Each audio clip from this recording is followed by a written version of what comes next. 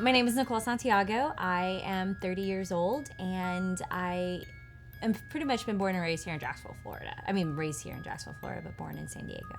I don't officially belong to a particular movement in the church, but I consider my job a ministry, because it is a ministry, but kind of what I feel like I'm called to, essentially. And Lumen Entertainment is a nonprofit Catholic media ministry that uses the arts to teach truth and value. And to me, in knowing what the state of our world is, we need this more than anything else, because the media has such a stronghold on our culture that we need something that can help teach what the Catholic Church has to offer. Brian Shields started Lumen Entertainment, and actually they're a part of the Home of the Mother, so him and his family. But Brian saw the need for something that was authentically Catholic to teach his children the faith, because there was, little things like some things like Veggie Tales and some other things that are out there, but he knew that there was nothing that was authentically Catholic and that good quality and really entertaining and fun. And I really saw that, okay, we need to take back social media, because there's a lot of bad stuff that's on there.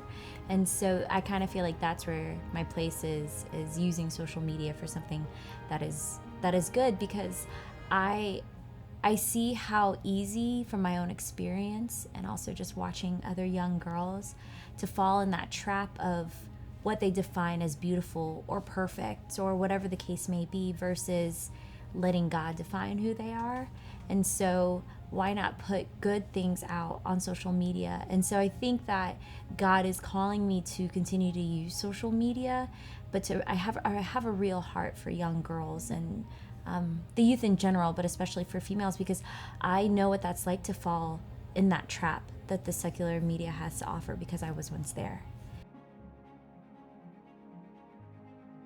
Not necessarily regarding like social media per se, but just from working here at Lumen, there's been a lot of fruit in my own life. But we put on a camp every year, and normally prior till this year it was 9 days, but this year it was 3 weeks.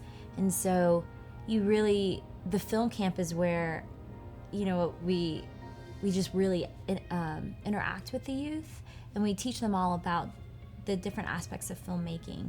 And last year I saw the fruit in one of the girls, and she just blossomed by the time she left. And she'll tell the story, but she thought that she was going to come down to this camp and there were going to be all these crazy Catholics, and they weren't going to be cool or hip or dress cool or whatever the case may be. And she came here and she realized that wasn't the case. We're normal people too that want, we're supposed to live in the world but not be of the world. And so that was really encouraging to her, that she went back home and she went in and she wanted to go find a community, a young adult group right away.